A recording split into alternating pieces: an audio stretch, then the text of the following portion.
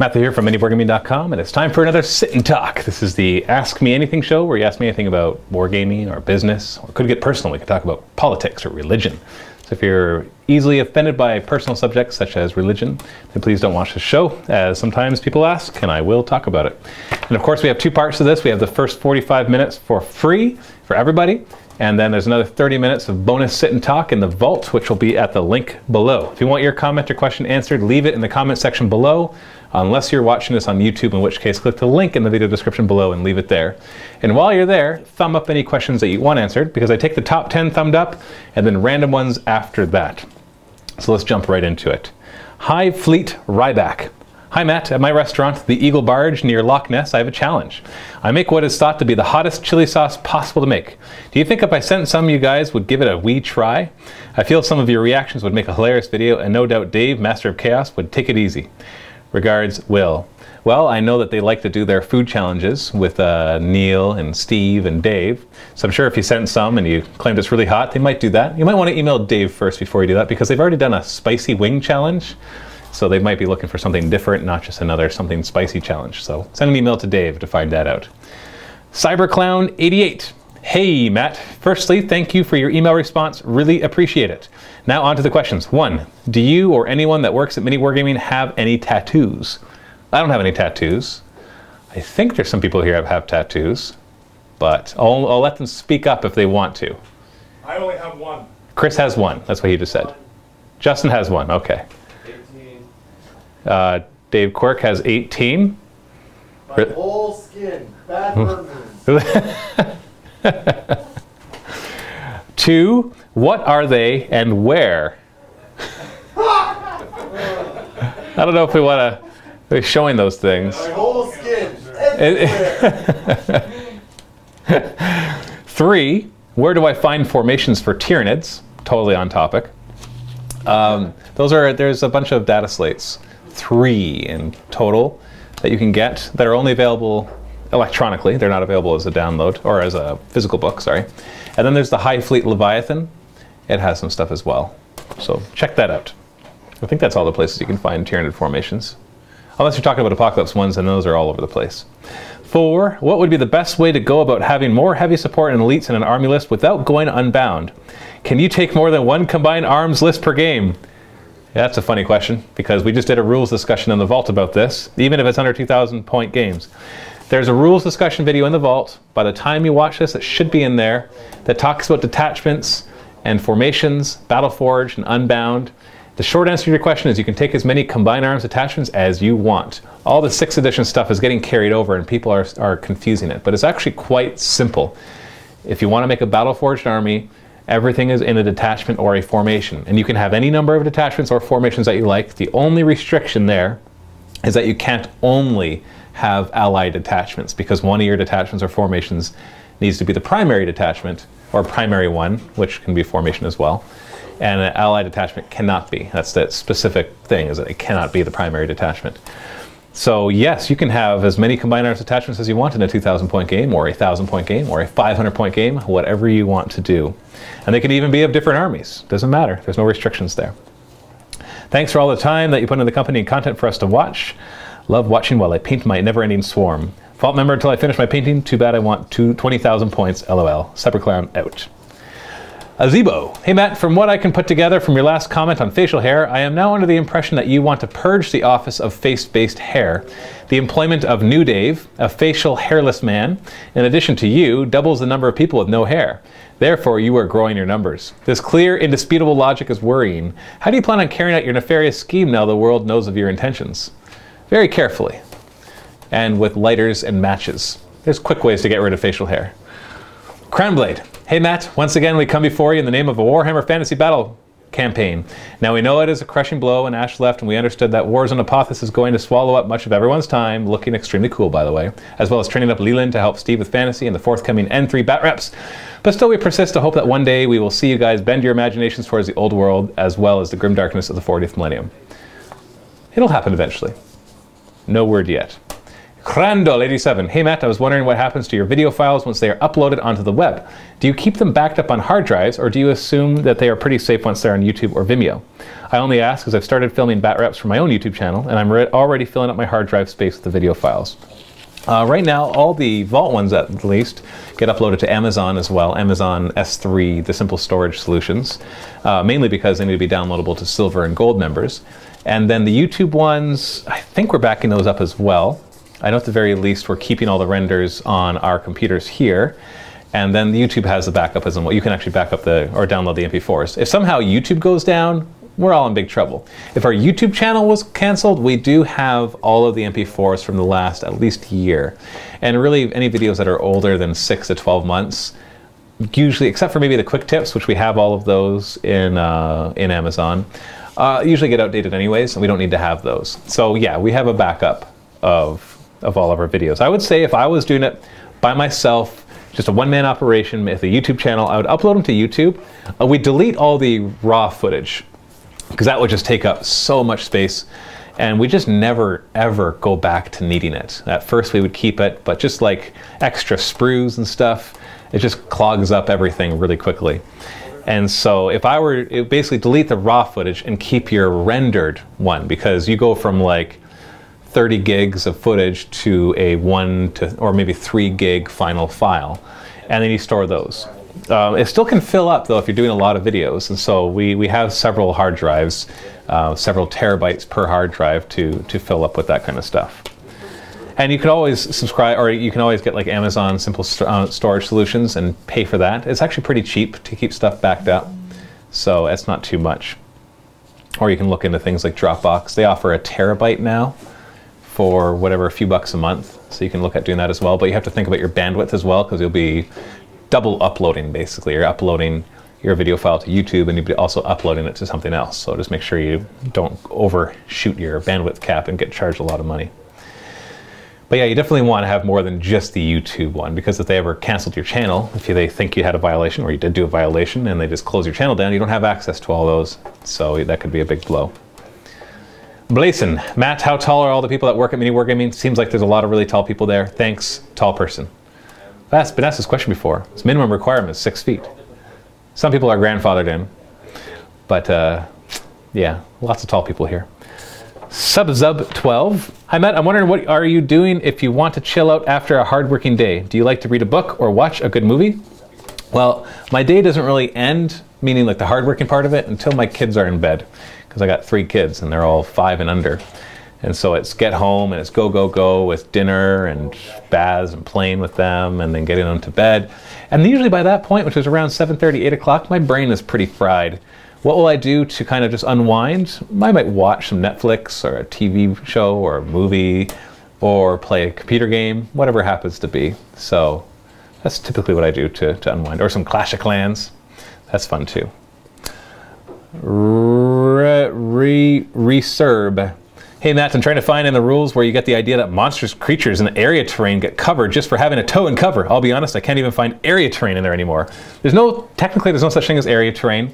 They've removed the term area terrain from it, and instead there's now just terrain that has rules, like ruins, for example. It specifically says in ruins that as long as you're in it, meaning like your model is partially in it, they get the 4+ cover regardless of whether they are 25% covered. The same thing for forests. There's the terrain data sheet for the twisted copse, I think is what it is, which generally we just use that for our forest rule, so it's just 5+ cover. So there's no such thing as area terrain per se, but it still kind of functions like area terrain. And where does it say that it can get it? It doesn't say that it can't get it. This is the thing. It just says models that are in these terrain get the cover save. Vehicles in their rules specifically say that they don't get it unless they're actually covered. But Monstrous Creatures doesn't say that. So because a Monstrous Creature is a unit or a model, and models get cover for being in area terrain, we'll call it that just for ease of reference, then yeah, they get it. And that is widely accepted, very, very widely accepted that they get that. People complain about it all the time, but they accept it. And I always say that you have to kind of remember that the game is abstract. Like I took a picture, let's see if I can find it really quickly. I took a picture, they were doing demolition in the studios, and there was just one little concrete wall that they demolished. And I took a picture of the rubble from that. Let's see if you can see this. It won't be that great because it's like, there. That amount of rubble came from one little wall. One tiny wall.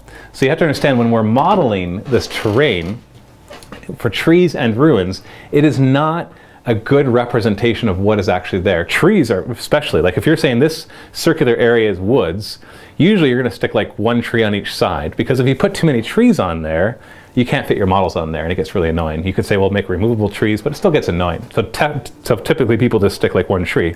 So it's not an accurate representation. That's why I like the rule, which is not in the book, that if you're shooting through it, you get 5+ cover. No, we don't actually do that. We still do true line of sight because that's the rules. But really the 2 trees on it don't represent what is actually on it, because who would get cover from 2 trees? Like, it just is not enough.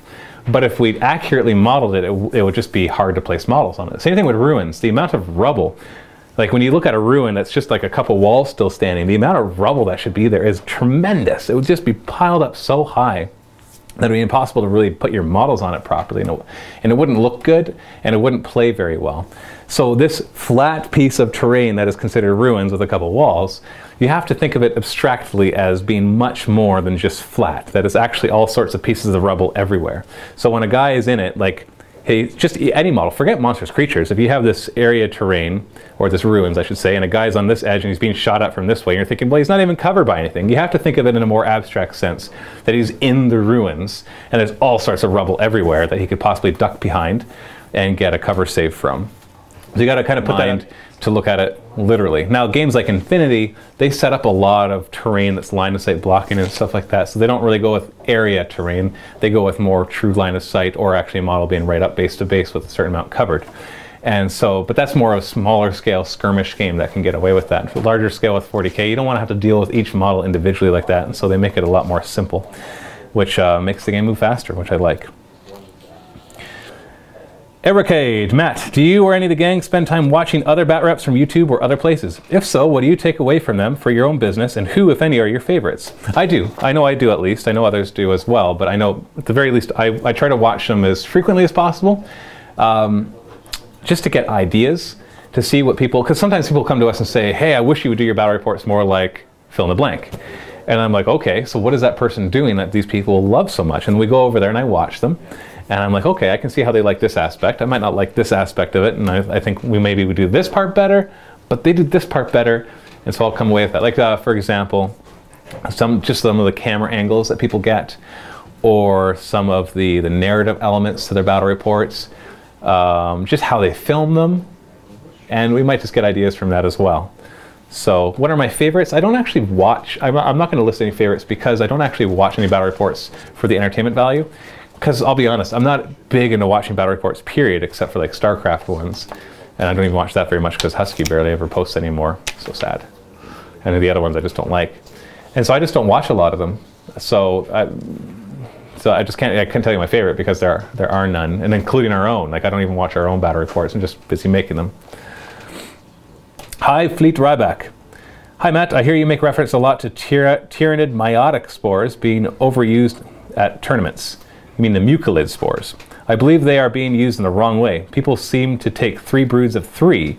This is to increase the strength value. No, from what I've seen, they take 3 broods of 1 each, because what they're doing is min-maxing the High Fleet Leviathan, the High Fleet Detachment, which requires 3 troops, but you can bring 3 HQs. And so they want to bring 3 flying hive tyrants, so they bring 3 individual mucilids just to make it. It's cheap, 15 points per troop choice, 45 points total to bring 3 flying hive tyrants and keep it battle forged, which is pretty awesome.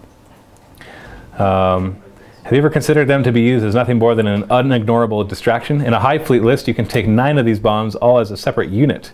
Conferring 0 victory points to an opponent means they are not needed to be killed. But 9 infiltrated bombs with 3 wounds and shrouded, not required wasted firepower to deal with. They also give a fantastic cover wall for other models. Would you use them in such a way? All the best, Will. Yeah, they'd be fun that way. Although I don't think they have infiltrate. I thought they just have deep strike. Let me double check that. I just played with them the other day, and I could swear I checked it, and they only had deep strike. Oh wait, it's not in that one. It's in the High Fleet Leviathan. Okay, mucilid. Yeah, it doesn't have infiltrate. It has deep strike. It has shrouded. You're right about that. Massive floating bomb, unless it says that in there. No, that's just where it explodes. Yeah, they have deep strike, so you can't infiltrate them. But it doesn't mean you can't still deploy them. But yeah, I would deep strike them just to... So starting in turn 2, you can start to be annoying. Yeah, they are actually a good distraction because stick them in terrain and all of a sudden 2+ cover save. They are hard to kill. WTRR, High Mat and Codex Katarii. The Radium Jezzails are sniper weapons and therefore are AP2 on a 2-wound roll of 6. However, they are also radium weapons and therefore possess the rad poisoning rule, which meaning that a 6 to wound also generates an additional wound. The question is, does this extra wound also count as AP2 because it was generated by an AP2 shot?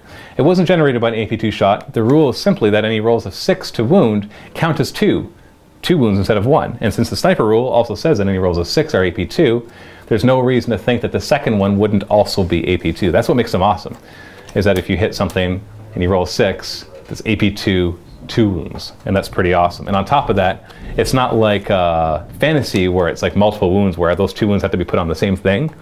It actually can transfer over to somebody else in the unit as well. So shooting through 2 guys. So yes, they are both definitely AP2. L. Bennett, 1991. Hi Matt, will one of you be doing a vid on the new Assassin's box set game? It looks fun, but would like to see it in action before investing. I believe I was away on vacation for most of this week that the guys played an Assassin's game. Is that right?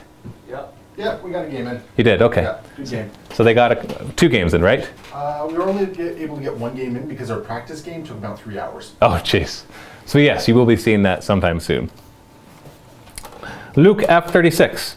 Hey Matt, it's been a while me commenting on this, so first of all, I'm inserting your standard, oh wow, I really love you guys and can't wait for the first bat reps of the new campaign to come out. Now my question. Thank you. I have a small YouTube channel called Wargaming Retreat. I'm trying to boost subscribers by having 2 giveaways once we reach 100 subscribers. How else can you suggest we initially boost subs? Thanks for all the work and putting my Vault membership to good use. That's a good question. If I were to start from scratch right now, how would I try to grow my YouTube viewership? Well, the very first thing before anything else is to make sure that you're posting useful content. A huge source of people watching our videos on YouTube is the fact that our videos are showing up in related videos of other people's videos. Now, it takes a certain number of views and likes and comments before that kind of triggers.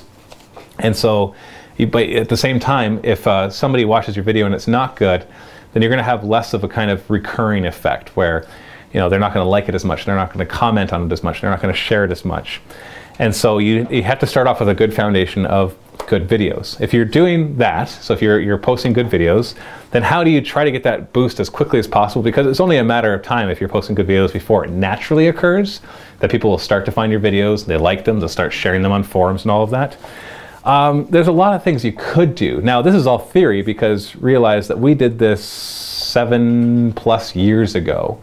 And so the way that it would work now is going to be different than the way it worked 7 years ago when the biggest YouTube channel was Blue Table Painting with 2,000 subscribers. And now there's plenty of YouTube channels with, biggest wargaming YouTube channel. And back then I think there's only 1 or 2 YouTube channels with more than 1 million subscribers, like Smosh and Freddy. And now there's just tons of them. There's like tons of Minecraft related ones that have more than 1 million subscribers. So that's specific. And so I would say, if you're making good videos, running contests is not a bad idea. A subscriber giveaway, I don't know if that's like the most interesting way to do it. The very first thing we did was we ran a YouTube video contest where we actually fronted up like $500 of prizes that were actually worth 500, not like, hey, we found this thing, we're going to give it away, but actually like, in this case, we had our online store, so we were giving that away. But we actually gave prizes away and people would then have to submit videos to this contest, and in their video they'd have to mention us so that they'd be part of that and they'd link to us and all that kind of stuff. And then I actually went and found all these different YouTube producers who put up wargaming stuff, and I PM'd them on YouTube saying, hey, we're holding this contest, if you're interested you can join. And then a bunch of them did. So that kind of gave us a bit of a surge right there. You could also post their videos on forums that allow it. A lot of forums, especially if you're doing battle reports, have an area for battle reports, and so you can post them there. So just don't spam and just go in and post them and get discussion going. Big thing you can do is also find popular forums like Daka and Warseer, and you can just get involved there and put in your signature, you can have your YouTube channel. and any interesting YouTube videos that you have. All these little things, what you're trying to do is reach a critical mass of enough subscribers that they then start to grow your subscribership, because it's kind of like Facebook, a Facebook page. The more people you have following your Facebook page, then when you post something new, more people will get that in their feed, and then they like, comment, and share, which gets into more people's feeds. So it kind of hits this snowballing effect where you get even more. So I would try all that. I would stay far away from anything, any programs that offer to artificially boost your YouTube subscribers. Now this might be obvious, but it's very tempting to go for, like, I'm not sure how prevalent these are anymore, but I know like the sub for sub programs where you subscribe to somebody, they subscribe to you. That doesn't do anything for you. It really doesn't, and it actually could get your YouTube channel canceled if they find out that you're doing stuff like that. And it doesn't, you don't want subscribers that are just there because of some motivation other than watching your videos, because they're not going to watch, like, comment, and share. Your subscriber number is pretty artificial for a lot of things. You can see channels that have very large number of subscribers and less views per video, and then others that have very few subscribers but have a lot of views per video. There's a lot of other factors in subscribers. Subscribers is more like a bragging right kind of thing more than it is anything else. What you're really looking for is views per video. That is what you're really trying to achieve. Subscribers is just one of the ways that you try to get more views per video, because obviously if somebody subscribed, then your videos are going to show up in their feed, but the videos might show up in their feed anyways if they started to watch them, because of the way the YouTube algorithms all work. So just do your best to spread the word in all the non-spammy ways possible and make good content. And then the more you can kind of get involved in communities such as forums like Doc and Warseer, or on Facebook groups, or just kind of start collaborating with other YouTube wargaming producers, then the sooner you'll get noticed by a critical number of people, and then that'll kind of snowball into them helping you to grow because they're liking, sharing, commenting, all that kind of stuff, which then shows up in other people's feeds. It also gets your YouTube or your YouTube videos into some sort of, however the YouTube algorithm works, that determines whether they'll show up in related videos, because that can get you a large number of views as well. So all those kind of things you have to think about.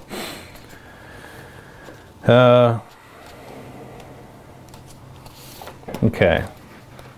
Bungie, 1941. How would you recommend dealing with a Necron hate in your local gaming club if this is the only army you have? Well, if you're always winning, then you need to tone down your army. If you're just winning as much as you're losing, then obviously people are just hating on it and they don't have a really good reason, and you just kind of try to put up with it. But if you are winning most of your games, then you need to start giving yourself handicaps. For one thing, don't bring the Decurion detachment, unless you're playing the new Eldar, or somebody you know is really good. Just bring like a combined arms detachment, or if you really want to handicap yourself, the Mefrit Dynasty formation or detachment that's in the One High Fleet book. The next thing is try to bring more Catan. If you bring more Catan and less Tomb Blades, then that'll handicap you as well. Monoliths horrible, but they're a bit of a point sink, so you can try bringing those as well. But the big thing is, as soon as you throw in 1 or 2 Catans, that basically handicaps your whole army and it makes you a bit more playable. Getting rid of the Decurion, so you're 5-up reanimate, even if you throw in Cryptex to give you a 4-up, those Cryptex cost you points. And those points could have been used just to buy more of models, which is equivalent to being able to have a 4-up anyways. And so I don't mind a 4-up reanimate when it's purchased with a Cryptech.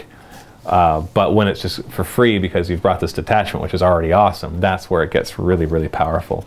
And Necrons are always they're going to be powerful even without the Decurion detachment, so just be prepared for that as well. Just handicap yourself wherever you can. And just what you bring. Just bring stuff that's less powerful, try out things that you don't think will be as good, and mess around with it, and I think you'll have fun. And bring allies, just for fun. See what happens when you start allying them with other stuff that kind of brings down their power level. Chibidono. Hi Matt, first off, great work from all of you. Thank you. Now on to my question. I've been collecting Warhammer 40k for some years now and have several carry cases and bags already, but it's getting increasingly hard to find a good solution for storing and bringing my army.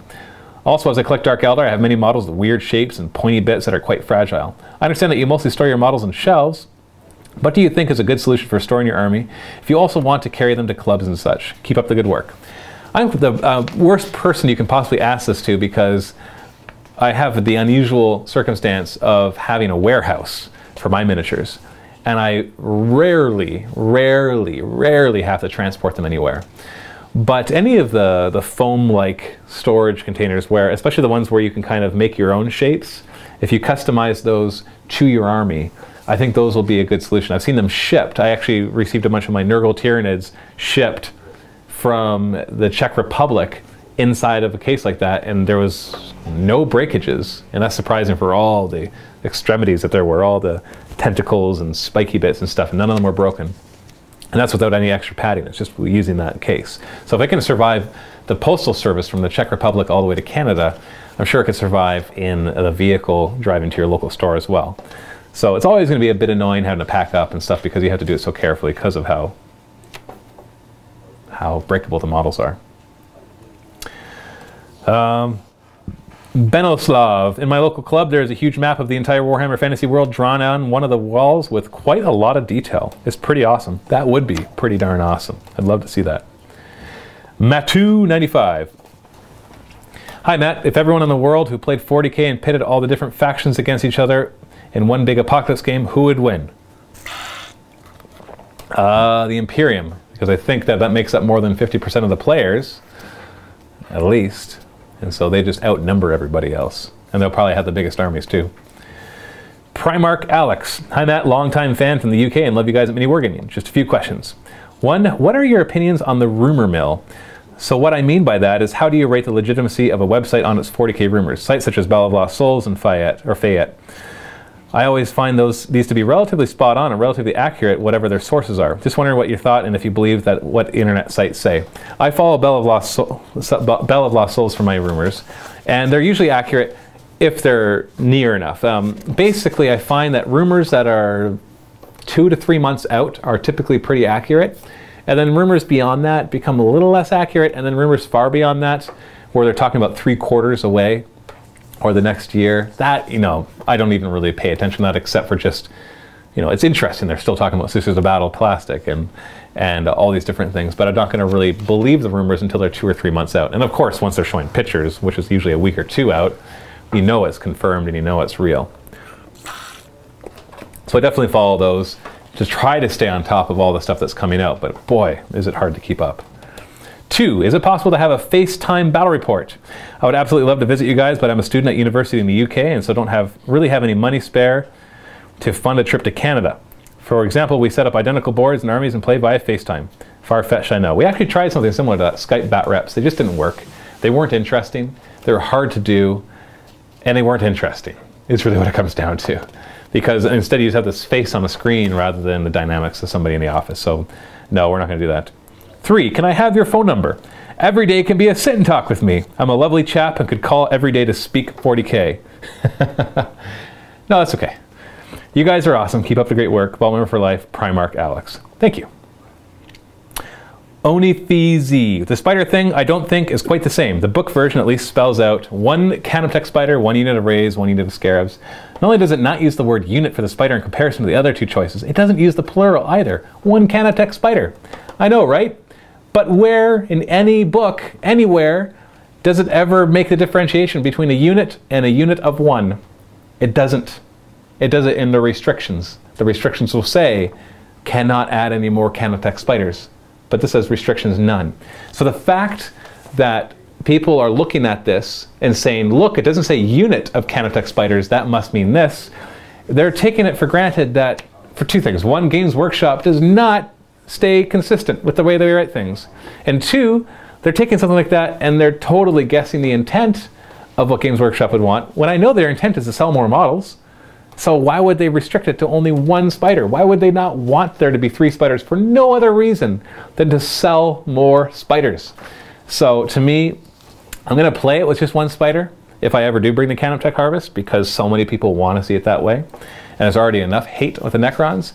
But the argument that it doesn't say unit of, to me is, I understand why people are giving that argument, because heck, it just doesn't say unit of, so you make that assumption. But nowhere else has this precedent ever been set to really say it that way. In fact, usually it'll say that there's certain restrictions on it. So for example, it says 1 unit of Canoptech Wraiths, and the minimum of that is 3, but it doesn't say, it necessarily says restrictions none, and you know you can add more to it. It doesn't say 1 unit of 3 rays, and that's all you can bring. Like you know you can add more to it, and you might think, well, it says unit, the other one says no unit, but I just what I'm trying to say is that you're making a precedent out of one thing. You're assuming Games Workshop wrote the rules right, when in other parts of the codex, like in the fluff parts, it talks about even showing more than 1 Canoptech spider for these things. I'm not saying that it's not 1 spider. That's what I think it is, but I know it's not 100%. I'm just saying that the argument that it just says 1 Canoptech spider is just not enough for me. Now, inside the rule, it talks about the spider, and maybe that could be more of an argument for it, but it just doesn't seem right. Not right as in like right and wrong, as in moral choices, and this one is the right decision for Games Workshop to do. It just doesn't seem like something they would do. The problem is they don't FAQ or errata hardly at all anymore, and I'd love to see their version of that, whatever it would be. I just want to know what the official thing is. So the way I'll play it is 1 spider, but I don't believe that. I believe that you could actually have a unit of 3 spiders, or 2. Fluff mat, and I know people are going to argue, well, then which one would be the spider, and doesn't matter. What needs to be FAQ'd is really what it comes down to, because it's not clear. And I'm going to play it for the 1, so if you're arguing for that, you win. You win the argument. I'm going to play with 1 spider. Fluff matters. Hi Matt, I've recently been painting up some scenery for my battles and noticed a sheer amount of skulls festooned around each piece. Just wondered what piece of scenery has the most skulls on it. Thanks always. Probably the Space Marine or the Imperium buildings. They just have tons of skulls everywhere. Fortress of Redemption. Whew, lots of skulls on that one. Nemesaur. Hi Matt, love this week's Sit and Vault, especially the philosophical elements, including your views on the meshing of scientific and religious views. Ooh, warning. You expressed an interest in astrology, so boy have I got a fun fact for you. Were you aware that planets, if left to their own devices, will naturally generate life? This occurs as a result of carbon and other elements being fused into larger molecules in the hot mantle beneath the planet's surface. These will sometimes pool into wells of organic compounds we refer to as crude oil. That's right, not all fossil fuels are fossils. Crude oil contains a whole bunch of things, such as lipids and bases, which many scientists believe were the building blocks for the first living things. Over the course of time, these would become bacteria, then multicellular organisms, and then plants and animals as we would recognize today. So my question is, as a quote-unquote religious man, does news like this excite you? Or does it take something away if you believe that God takes a more personal role in the creation of life? I don't know if, okay, let's just answer your question, because I don't necessarily even, because scientists don't necessarily even have the evidence to show that leap. They show all sorts of evidence for evolution, and I accept evolution to an extent. It's the whole spontaneous nothing to something, not nothing to something, no life to life part. Maybe some very crude forms of life, but just all the way up to what we are now. And I know a lot of people are going to disagree with that, and that's okay. That's perfectly fine. You're allowed to disagree with me. Unless you're in a country where you're not allowed to disagree, then you're not allowed to disagree with me. But I think most of the countries out there allow for that. The one I am in does, so I'll just kind of put that out there. Would that bother me? Would it excite me, I guess is what you're asking? Or would it take away from my belief in God? I don't think it would take away from my belief in God. I think the universe is a wonderful thing, a wondrous thing that has just many things that could work with it. How it all works specifically, I don't know. For example, I believe that God created the world and life. I don't know how. I really don't know how. I love studying things like the Big Bang. I remember when I was a kid, I heard the Big Bang, and I'm like, no, that can't be it, because God created everything. And then I'm like, wait a second. As I grew older and more mature in understanding of things, I'm like, well, why couldn't that be the way he created it? Like, does it have to be mutually exclusive? And I've learned more and more that these things are not mutually exclusive. So if it could be proven that life can spontaneously create itself, that's kind of cool. That's really cool. I don't believe that it would go all the way from nothing and then spontaneously creating. And I know, I mean, using the word spontaneously, I don't mean something from nothing. I mean like what you're talking about, like the fusion of all the atoms and stuff and creating the single cell organisms to multi-cell organisms all the way up to what we are today. I don't believe that that could occur, that jump, and it's that evolution. I don't think that could occur. But yeah, it could occur on a smaller scale, for sure. We see adaptation all the time in ourselves and bacteria and everything else, adapting to circumstances and changing to better shape itself. Even amongst humans, we see that as well. So obviously it's part of our physiology. So I think yeah, it would excite me to learn that kind of stuff. And no, it wouldn't take anything away. So to me, they're just not mutually exclusive at all. They're totally inclusive. And where they seem to be at odds is usually just a misunderstanding. It's what I've found. Just like me as a kid being like, well, yeah, just examples like that. Just believing it's like, no, this scientific thing can't be right because this. But it's like, well, wait, that was never said. There was never any explanation of how it was done, just that it was done. So yeah, they totally work together.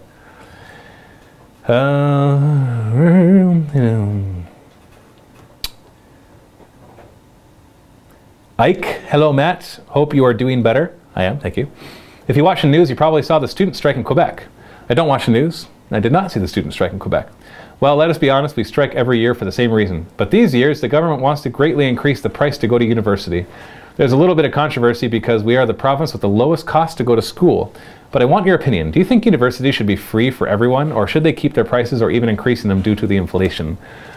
That's a tough one because it's a big, it's a political. We just had a religious one. Now we're going to have a political one. Whew, supercharged. So there's like, obviously there's the conservative side of things and the liberal side of things. In the extreme sense, the conservative side says, government, keep your hands out of my everything. Take care of defense and laws and enforcing those laws and stay away from everything else. That's extreme, extreme, extreme, extreme, extreme conservatism. And then extreme liberalism is basically, here you go government, take all my money, you manage everything. I realize that liberals aren't like that and conservatives aren't like that. That's the kind of like the polar opposites. And then usually everybody fits somewhere on that scale. And if you're far enough one side, you call yourself a liberal. If you're far enough the other side, you call yourself a conservative. I'm not exactly sure where I fit, to be honest. I think I'm more conservative than liberal, but there's still some liberal tendencies that I have. Maybe being raised in Canada has done that to me because there's so many liberal things here. Some may even go as far as to call it a socialist country, which, you know, all these definitions, they're all definitions of extreme cases. And so there's always a bit of each, because we're definitely capitalist, like, but at the same time, yeah, there's a lot of socialism here too. But then we're seeing that everywhere else too. So anyway, to answer your question, I personally think that universities should be free because there's not a lot of things I necessarily think the government should take care of. But education has proven to always have a huge return on investment. I know there can be a lot of controversies about the quality of universities and colleges and how, you know, people aren't getting jobs when they come into universities and colleges. And there's that to discuss. We should always be trying to improve it. But the fact of the matter is, as far as I could tell, there's always been a direct correlation between the amount of education that a workforce has and how productive that workforce is in the terms of output for the economy. And so I'm not saying everybody should go to university or everybody should go to college. I'm just saying that the opportunity should be there for anybody who wants to go. And burdening people with huge financial debts it just causes problems. Now I realize saying yes, it should be free, somebody's got to pay for it. And so obviously it comes out of taxpayer money. And that can cause all sorts of disagreements, to say the least. And so I get that not everybody would agree with that. But I believe there's not a lot of things I think the government should take care of, but I think education would be one of those. At university, college, all that kind of stuff should be free. Just like high school and elementary school are. So there are my 2 cents. Take them and spend them how you will.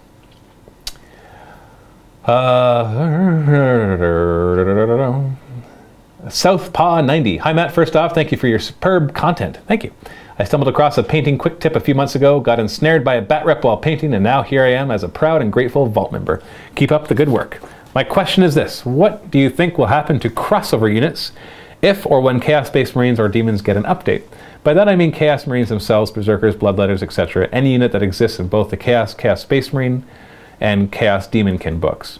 As far as I know, this would be the first example of the specific unit being included in 2 different books. Dark Angel versus Blood Angel Tacticals or the like don't really count, as they have different war gear and points costs. If we see a stat or point cost change to, say, Chaos Space Marine Berserkers, will Demonkin get errata to be the same? Will GW be willing to change one and leave the other until we get Demonkin 8th edition, presumably? Or will they just not change any of the stats or points for units in both codices, forever locking Berserkers, Defilers, etc. as overpriced and mechanically outdated units? What do you think Games Workshop most likely to do? What would you like them to do? Thanks and happy wargaming. Well, obviously they've started something with the Khorne Demonkin, and the rumors are that they're going to do Tzeentch Demonkin next, and then eventually I guess they're going to do Nurgle Demonkin and Slaanesh Demonkin, I would assume. And it's possible that after they do those 4, that they would then get rid of the Chaos Space Marine book, but I don't think so, because even though the Khorne Demonkin book came out, it didn't include some of the named characters. And so that makes me think that they're going to have like a Chaos Undivided book. Will they have a unit crossed over between the two? Well, they already do, I guess. And will they change those points costs? That's the tough thing with having a unit in more than one place, right? Is that all of a sudden your points costs have to remain consistent, I would think. I would think that you'd want to remain consistent through both codexes, because I realize that they don't have to. A Khorne Berserker can cost a different amount in the Khorne Demonkin than it could in the Chaos Space Marine book, and that could be okay because of the overall effect that the whole army has. Because you can't look at a unit individually, even compared to itself, and say that they should be equivalent points. Because if this one has access to certain support options, and this one does not, then maybe this one should cost more to make up for that. Orcs are a really good example of this. An Orc Boy, 6 points. It is super powerful for 6 points, a single Orc Boy. You compare it to most other troop choices, I don't think anything really compares when you look at its stat line. But when you play Orcs, they don't feel too overpowered. It's because the army as a whole lacks in certain areas that makes up for the fact that the basic troop is very cheap. And so, yes, you have to take into context everything. So they could, a Khorne Berserker could cost different points in one book to the next. Will they do that? I don't know. And there could be some tweaking too, because if a Khorne Berserker costs different amounts, and then you bring allies, like Chaos Space Marines with Khorne Demonkin allies, and you have to decide, do I want my Khorne Berserkers to be in here with this bonus? Or do I want them in here with this bonus, with the detachment or with the formation that they happen to be in? So they could be different points cost, I guess is what I'm trying to say. Will they make them different points cost? I don't know. That's a good question. I'm curious to see what the future of Chaos is because of this whole Demonkin thing. Are they going to have Space Marines, Demons, and Demonkin? I could see them doing that, but it seems kind of weird. But at the same time, everybody who's collected Demon armies all of a sudden has to break up their Demon armies into 4 different armies or 5 different armies, who knows? We'll have to wait and see what happens. Jubble, anyone interested in starting a petition to Games Workshop? Well, you can stop right there, because that's never going to do anything. To get them to either open up new armies or rules to beta with the community to help get balance and points values more appropriate. Good luck. You think that opening them up to the public would make them more balanced? Don't think that's going to happen. You might get rid of some of the extreme things, but overall, you're going to have everybody arguing over what even balanced means.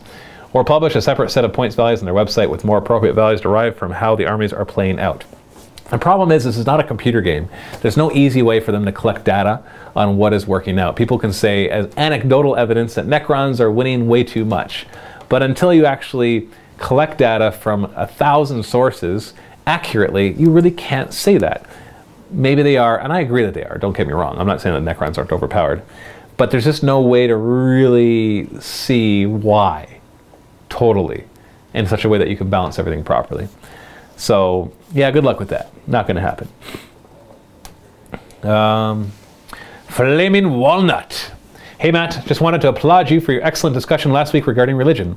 Excuse me. You did a great job in proposing your own question, relaying your viewpoint, and like you said, not getting angry, which again, as you said, is rare. Well, I didn't pose the original question. You seem like someone who'd be really fun to have a discussion with, and perhaps one day the two of us may have some. But until then, a few quick questions. Thank you, by the way. And I do enjoy discussing it, even with people who don't agree with me, as long as those people who don't agree with me can have the same kind of candor and not angriness, so that we can just have a good discussion. Even if neither of us walk away with any different beliefs, it's just sometimes fun to talk about it. I love your Nurglenids. When do you suppose a shiny new campaign involving them will come out? You mentioned various Eldar, yay Harleys, and a certain Inquisitor. Oh man, I'm stoked, can't wait. When will it be? It'll come out when it is ready to come out. And I say that because this campaign will be the first where I really want to put a lot of spit and polish into it, I guess you can say. And then actually try to make it really awesome. And because I want to test that to see if that makes a difference for Vault signups. Or if it's just, you know, people will comment and they say, hey, yeah, I like that better. But if it doesn't make a difference for Vault signups, then we can kind of look at the cost of making these things and figure out how to do them best. But I have terrain that's being made for it. I'm still working out all the how it's going to work. I'm still getting more stuff made. I would say minimum 2 or 3 months before I start working on it. And then if there's even a hint or a whiff of the Nurgle Demonkin coming out within 2 or 3 months after it, I'll hold off until that comes out so that I can use the Nurgle Demonkin rules along with whatever else I concoct with the Nurgle Tyranids. And in the meantime, I'll do other campaigns, don't worry. Second question, I'm in school at the moment for a writing degree focused on entertainment, both prose and film and TV scripts. And what way do you suppose mini wargaming would have use for a writer such as myself, besides my awesomeness and love of the hobby? Could you think of a time ever where writing skills would be a main drive or even secondary drive to hiring someone? I'd love to hire a writer for our narrative campaign, somebody in-house, not somebody remotely, because I need somebody I can kind of sit down and have discussions with and have them quickly, so not just Skype meetings every once in a while, but actually be able to have really good communication with for writing for the narrative campaigns and a lot of other stuff. I think that would be very valuable. We don't have use for a full-time writer yet, just like a very part-time, but that would be something that would be interesting. It's hard to hire though, because like I said, we don't have use for a full-time one. It'd just be like sporadic. And trying to work with somebody remotely, it's hard. It's hard to do that right. I'd rather have them in-house. So maybe one day I could see that happening. Last, and I hope this doesn't bring back any bad memories, but what happened to Dark Potential? I haven't dug too far into your archives, but I remember that game, it just stopped. Is it just on hold, or is it perhaps gone for good? I understand that making your own game is a big step and requires a lot of production, but still a shame to see it disappear. Well, it's not technically gone. As you can see, there's still pictures behind me of Dark Potential stuff. What? Well, what happened to it? First off, just quickly, I do have a sit and talk FAQ on this, but it's been a while since I've talked about it, so I'll quickly mention it. Basically, we held the initial fundraiser just to make a handful of models. That's all I was looking to do, is make 5 models, no rules, no game, just models, just to kind of dabble in it. We had such a good response, we raised so much money that I thought that would be enough to really get it started, and so I started talking about starter sets, started making alpha rules, all that kind of stuff. But after a few months of getting into it, I realized we didn't have the time, money, or skill to really make it work. We just didn't have the resources for it. I spent every penny of the fundraising money, and that's not even including the time I put into it. That was just on the actual stuff, on artists, on sculpts, on production, on everything. All that money was gone by the end, without even accounting for the cost of my time, because the business continued to pay me for that. And then the vault started to get more busy, and started providing more money for our company, and so we realized that we had to focus on that. So really what it's come down to is we don't really have the resources to make a game work right now, and we'd be taking too much away from what is really working for us right now, which is the Mini Wargaming Vault. And so it's not a risk we're willing to take yet. Maybe one day. Although I have to say that if we do go back to it, I'm going to change the story, because I have some new ideas that'll make it even cooler. But I'm not going to touch it until I'm ready to pour a lot of time and money into it. And we're not anywhere near that. So we're talking years before we could even consider it. But maybe one day. Maybe one day. Well, that's all the time we have for the free sit and talk. Of course, if you're a Vault member, you can click the link below to go and watch the next 30 minutes in the Vault. If you're not a Vault member, you can still click the link and get a free 7-day trial, get instant access to the Sit and Vault, as well as the thousands of other videos that are in the Vault. Thank you very much for watching, and stay tuned for next week's show, or the next show you're about to watch right now. Thanks for watching. Happy wargaming.